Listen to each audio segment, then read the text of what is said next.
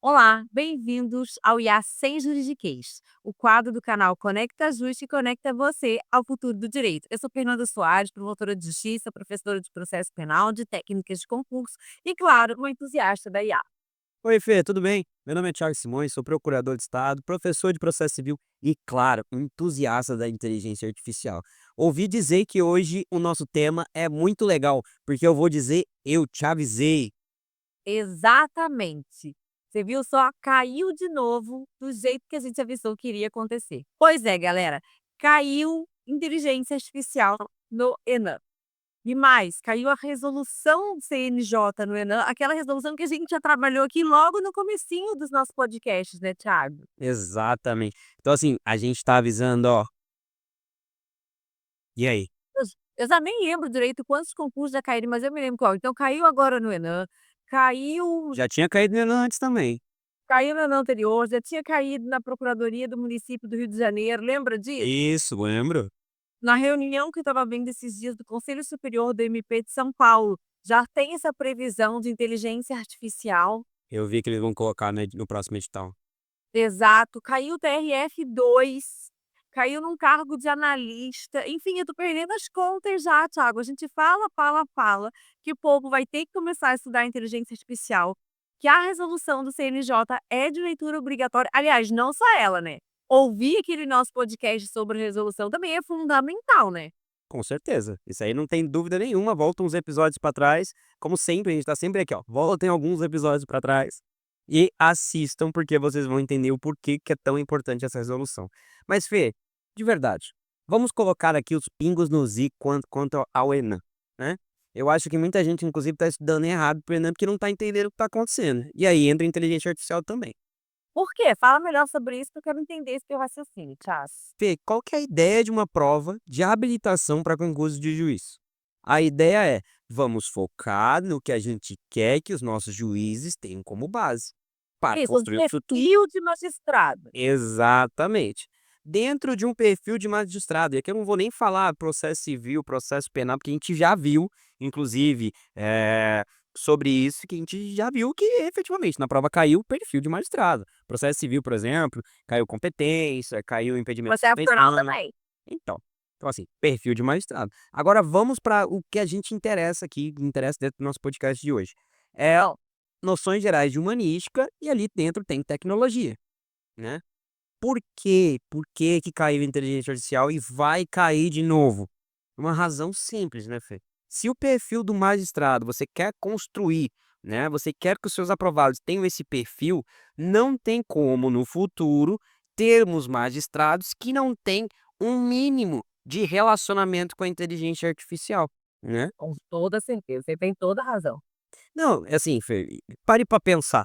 E aqui a gente não tá nem falando para que a pessoa seja um expert em inteligência artificial, né, mas ela tem que saber minimamente a resolução do CNJ, por quê?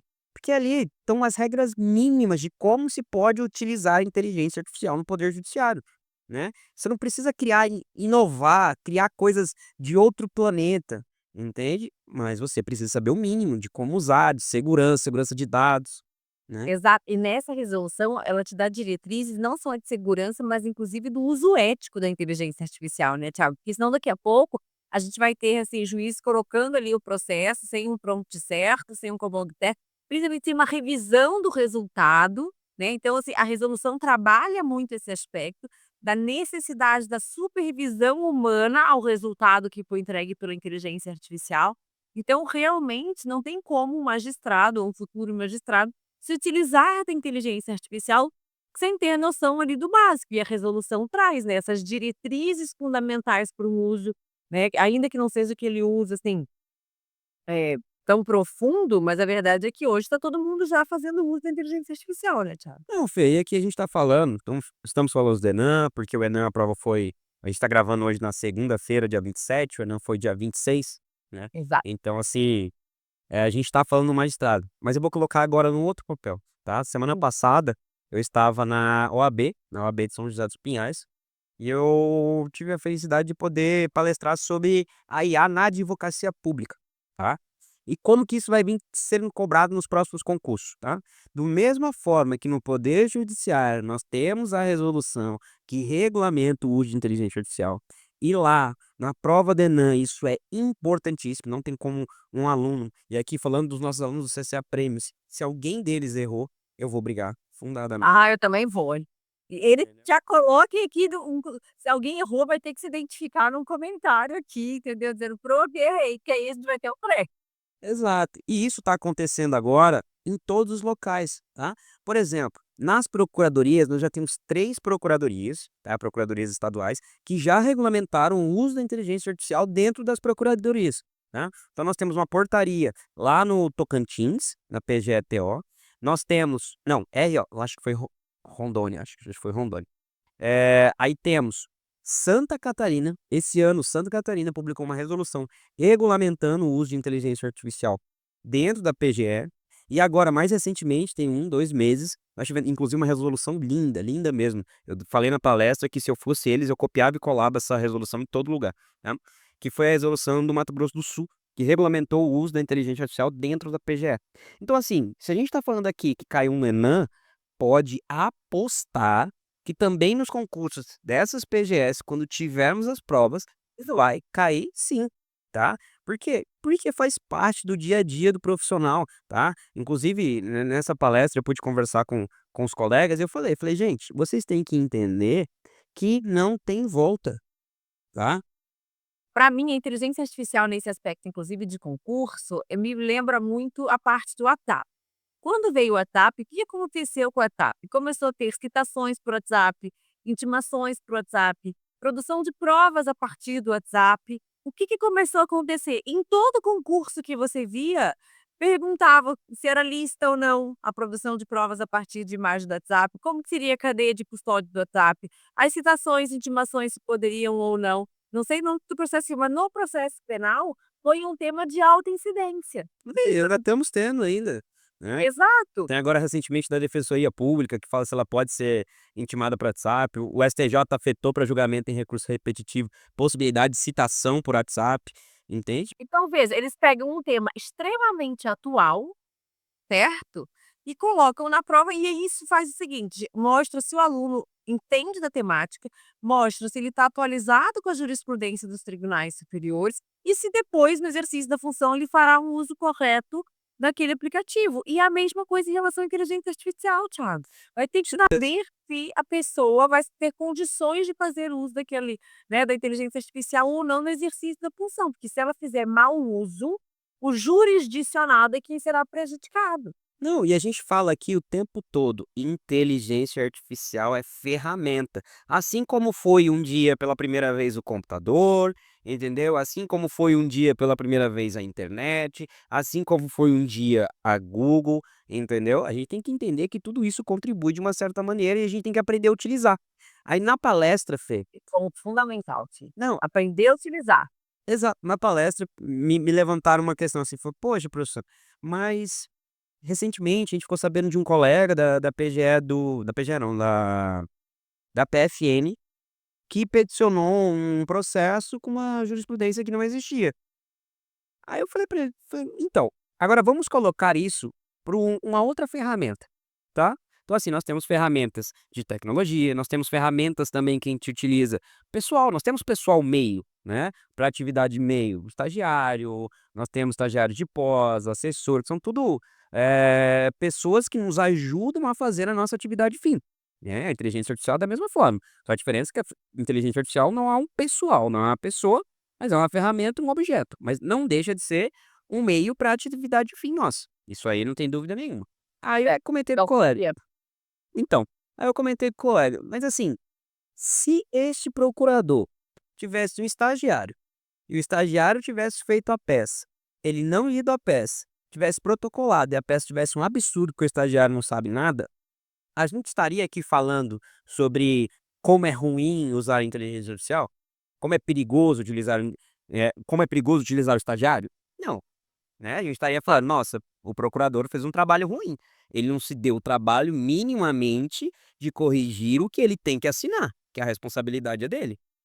Ou seja, nesse caso foi a mesma coisa, ele não fez o trabalho dele minimamente, que foi de conferir a resposta que a inteligência artificial deu, né.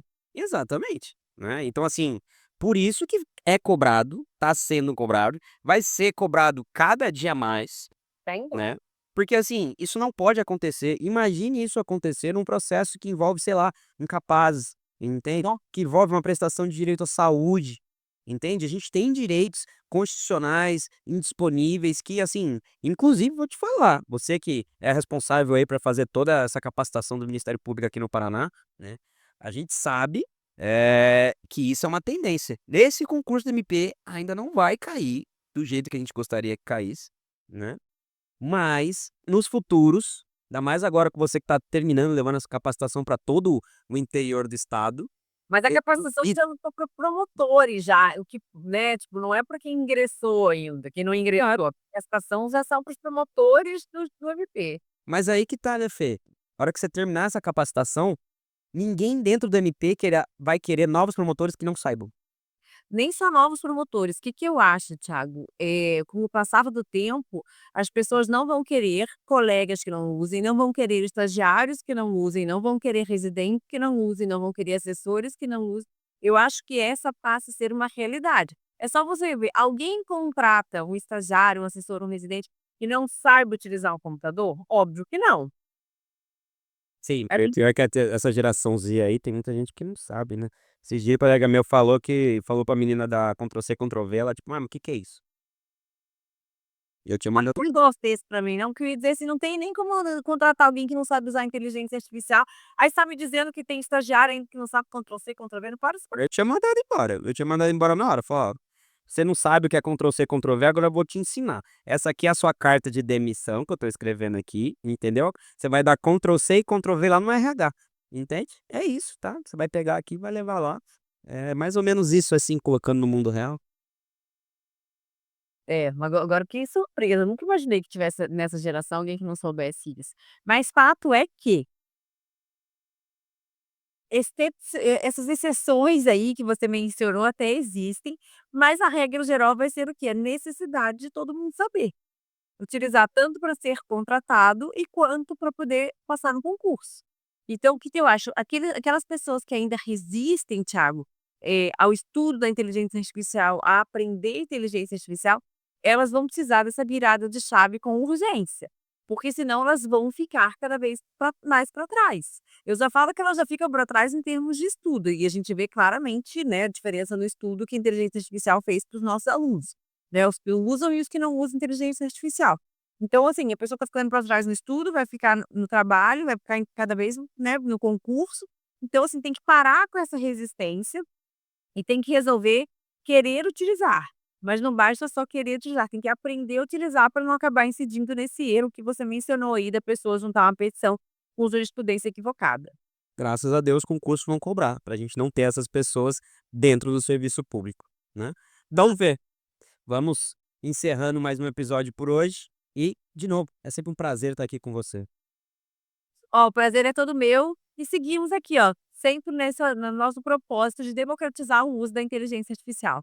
Nos vemos então, gente, no próximo episódio. E por favor, quem não assistiu ainda o episódio sobre a resolução do CNJ, volte uns episódios atrás, porque teremos vários concursos no próximo mês e há uma probabilidade dessa incidência da resolução. Com certeza, Fê. Ótima dica. Valeu e até a próxima. Até a próxima, gente. Só vou abrir a porta